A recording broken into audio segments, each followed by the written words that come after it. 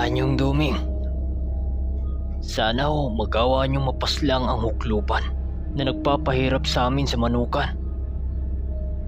Wika ni Diego.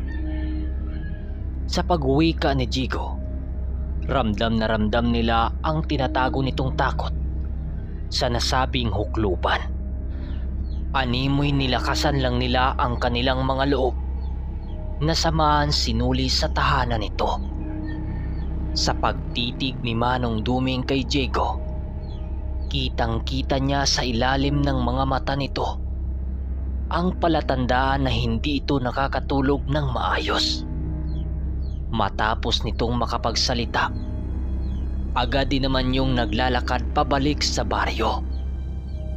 Hindi na nito nagawa pang lumingon sa pamamahay nila Noli dahil sa pagmamadali nito. Sa pagsapit ng hapon, habang abala sila Danilo sa pagpapakain ng mga manok panabong, bigla silang naantala nang maramdaman nila ang paglapit ng presensya ng hukluban. Agaran din naman nila itong sinipat upang malaman ang kinaroroonan ng mga ito. Habang patuloy silang sumisipat sa buong paligid, bigla silang natigilan nang masipat nilang nakatayo sa damuhan ang nasabing hukluban.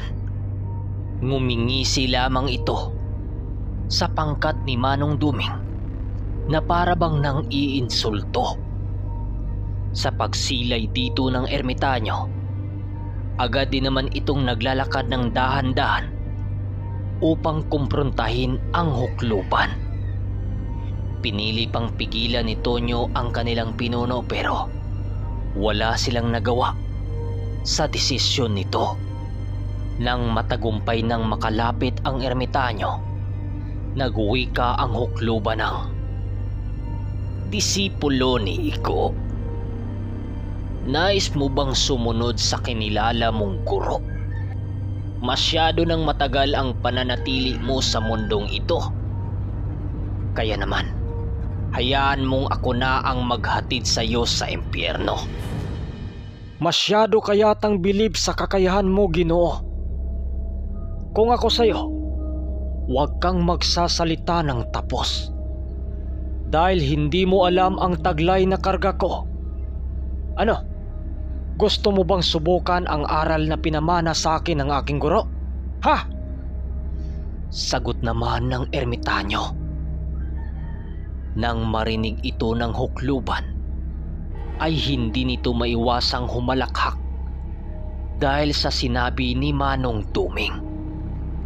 Hinayaan na lamang ito ng ermitanyo dahil may tiwala siya sa sarili niyang kakayahan. Ilang minuto pa ang makalipas, tuluyan na ngang makapagpakawala ng usal ang hukluban. Habang patuloy itong nag-uusal, ramdam na ramdam ni Manong Duming ang unti-unting pagdilim ng paligid. Sa pagkakataong yun, alam na ng ermitanyo ang kanyang gagawin. Kundi hindi na siya nababahala sa ganong uri ng abilidad.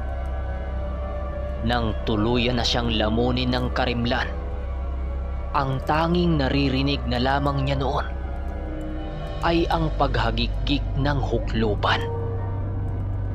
Sa paglapit nito sa kanya, biglang nagulat ang hukluban nang titigin siya ng masama ng ermitanyo. Gulat na gulat noon ang hukluban sa kadahilanang hindi niya inaasahang mabasag ng ermitanyo ang usal na kanyang inilatag.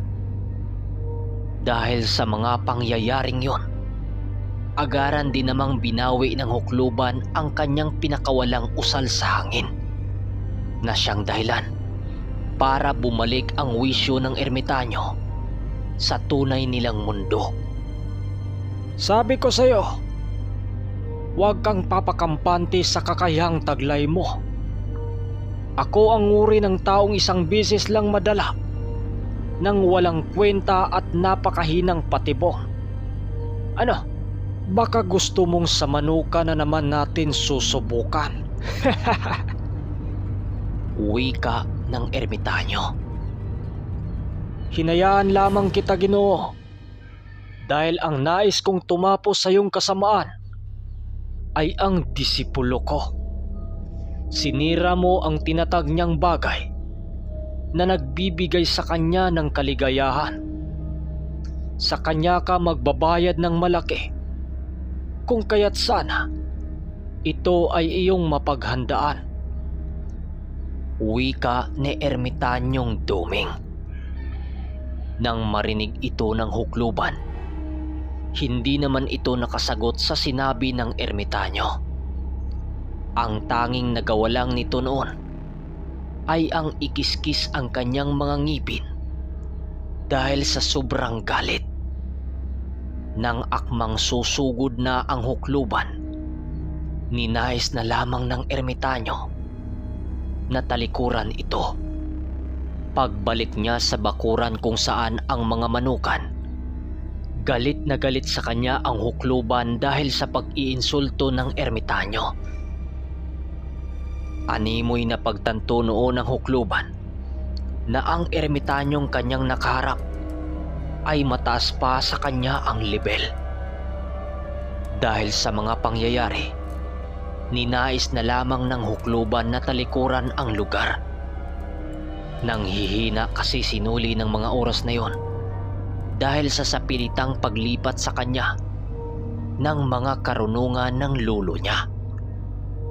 Pagdating ni Manong Duming sa kinaroroonan nila Tonyo, ay hindi na nagawang makapagsalita ng mga ito dahil sa paghanga at pagkabilib nila sa ermitanyong kanilang pinuno. Ilang minuto pa ang makalipas, biglang humalakhak sa kakatawa si Tonyo. Tuluyan na kasing nawala ang kanyang pagdududa dito tungkol sa kakayahan ng kanilang pinuno dahil sa ipinimalas nitong abilidad. Sa pagpasok nila sa tahanan ni Nuli, pinili nilang punasan ang katawan nito ng isang basang tela na inilublob sa mainit na langis na pinaghalong init na tubig.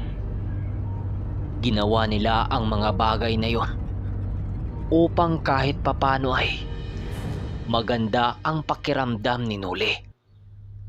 Sa pagsapit ng gabi, muli na namang bumalik ang mga elementong patuloy na nagpaparamdam sa kanila sa paghari ng kadiliman. Hindi naman ito nagawang pansinin ng pangkat ng ermitanyo. Gawa ng alam nilang kahit anong gawin ng mga ito ay hindi nila kayang mapasok ang buong pangontra ng kanilang grupo. Habang patuloy na naghasip ng lagim ang mga elemento at itim na engkanto, tanging pagdarasal lang naman ang nagawa ng kanilang pangkat.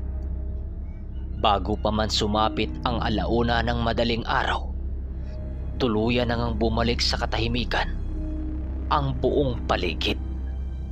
Rinig na rinig pa nila noon ang nagsisigaw na hukluban, pero hindi nila ito pinapansin.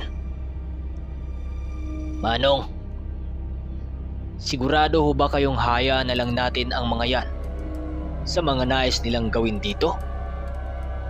Parang masyado na kasing umabuso ang mga ito eh.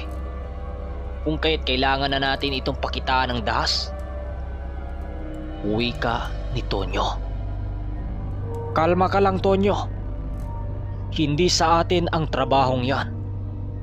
Hayaan mong sinuli ang lilipol sa mga ito upang kahit papano ay magawang maipaghiganti.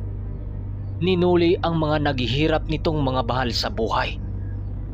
Hindi saklaw ito ng ating responsibilidad dahil galit at personal na paghiganti ang nangingibabaw sa sitwasyong ating kinaharap.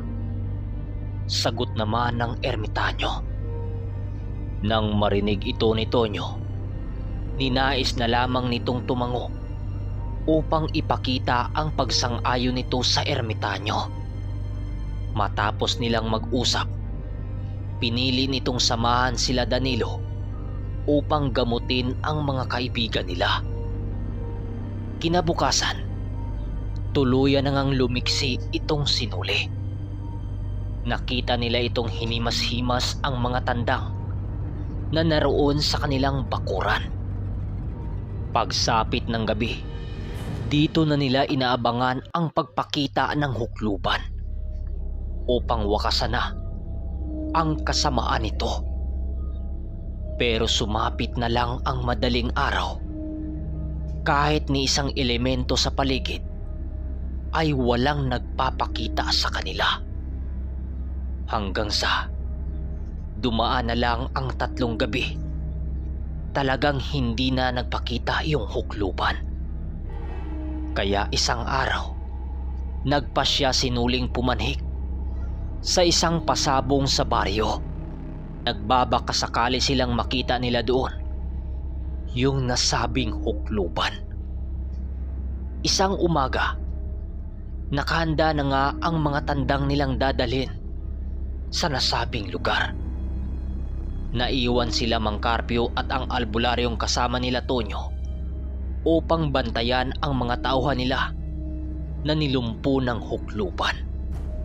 Habang pababa sila ng baryo, inasahan na noon ni Nuli ang mangyayari. Pagdating nila sa lugar kung saan ang tigbakay, panay naman ang kanilang pagmamasid sa paligid. Hinahanap nila yung matanda pero hindi nila yun nakita sa lugar na yon. Lumipas ang mga oras. Maraming mga sabongero ang nagkakainteresado sa mga panabong nilang dala. Pilit naman nila itong tinatanggihan dahil hindi naman yon ang kanilang pinapakay. Subalit lumipas ang mga oras. Tila ba uminit na ng bahagya itong sinuli nang ilang ulit siyang makarinig ng mga salita sa isa sa mga dayo. "Manong, labanan niyo na kami. Lahat namang naririto sa sabong yan ang pakay, di ba? Para naman matikman namin ang lasa ng sabaw ng mga panabong nyo. Hindi nyo ba alam na ang ganyang klase ng manok sa amin ginagawang tinula? Kaya wag na kayong magpaligoy-ligoy pa. Diyan din naman ang punta, di ba?" Wika ng lalaki na nakakainsulto sa kanilang grupo. Nang marinig ito ni Nuli, sumagot naman siya dito ng halos hindi inaasahan ng kanilang pangkat. "Ano ka mo? Ginagawang tinula?" "Naririnig mo ba yung sarili mo, Ginoo? Nais mo ba ng laban? Sige, pagbibigyan kita.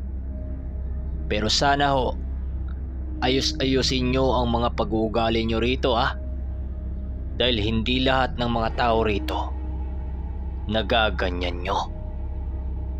Kaibigan Danilo, bigay mo nga sa akin si Banugin yan." Wika niya sa kaibigan niya. Nang marinig siya nito, dali-dali namang ibinigay sa kanya ang kanyang hinihingi na manok. Pagkuha niya sa tandang, humarap naman siya sa mga sabongerong naghamon sa kanya. Labis naman itong ikinatuwa ng mga lalaki dahil sa wakas, kumagat din itong sinuli sa kanilang patibong. Nakatingin pa sa kanila ang ilan nitong mga kasama habang nagtatali sila ng tari, habang pangisi-ngisi. Hindi naman ito pinapansin ng pangkat nila Nuli dahil ang akala siguro ng mga lalaki, madali sila nitong tatalunin. Pero nang magharap na sila kung saan bibitawan na ang tandang, biglang nagulat itong sinuli. Nang masipat niyang may isang usal na binitawan ang lalaki, sabay ihip sa manok nitong hawak. Pagkatapos nun, may inipit ito sa hinlalaki ng paa niya na kulay itim. Nang makita ito ni Nuli, napatawa naman siya. Dahil kaya pala ang lakas ng loob ng mga ito para hamunin siya. Dahil may tangan-tangan pala ito. Danilo, bigyan mo nga ako ng palito ng pusporo dyan. Wika ni Noli na sinadya naman niyang iparinig sa mga lalaki. Pagkuha niya sa palito ng pusporo, agad naman niya itong ikiniskis sa kanyang mga palad nang siyang ikinagulat ng mga lalaki. Maniwala kayo o sa hindi, bigla itong sumindi. Paano ba naman kasi sisindi ang palito ng pusporo kung wala yung bahay nito? Pero nung pagkakataong yon, sumindi ang palito. Matapos mawala ang apoy sa palitong yon, nakita ng mga kalalakihan na inilagay ni Noli ang palitong pusporong sunog sa tali ng tari. Nagtatawa na naman ang mga lalaking iba na nakakita noon dahil ano naman ang gamit noon, di ba? Pero nung magsangkaan na ang mga tandang, biglang naghihiyawan ang mga tao dahil dalawa sa mga pakpak ng panabong nila parihang natanggal. Naputol yon. Gulat na gulat noon ang mga kalaban dahil imposible ang ganong mga pangyayari.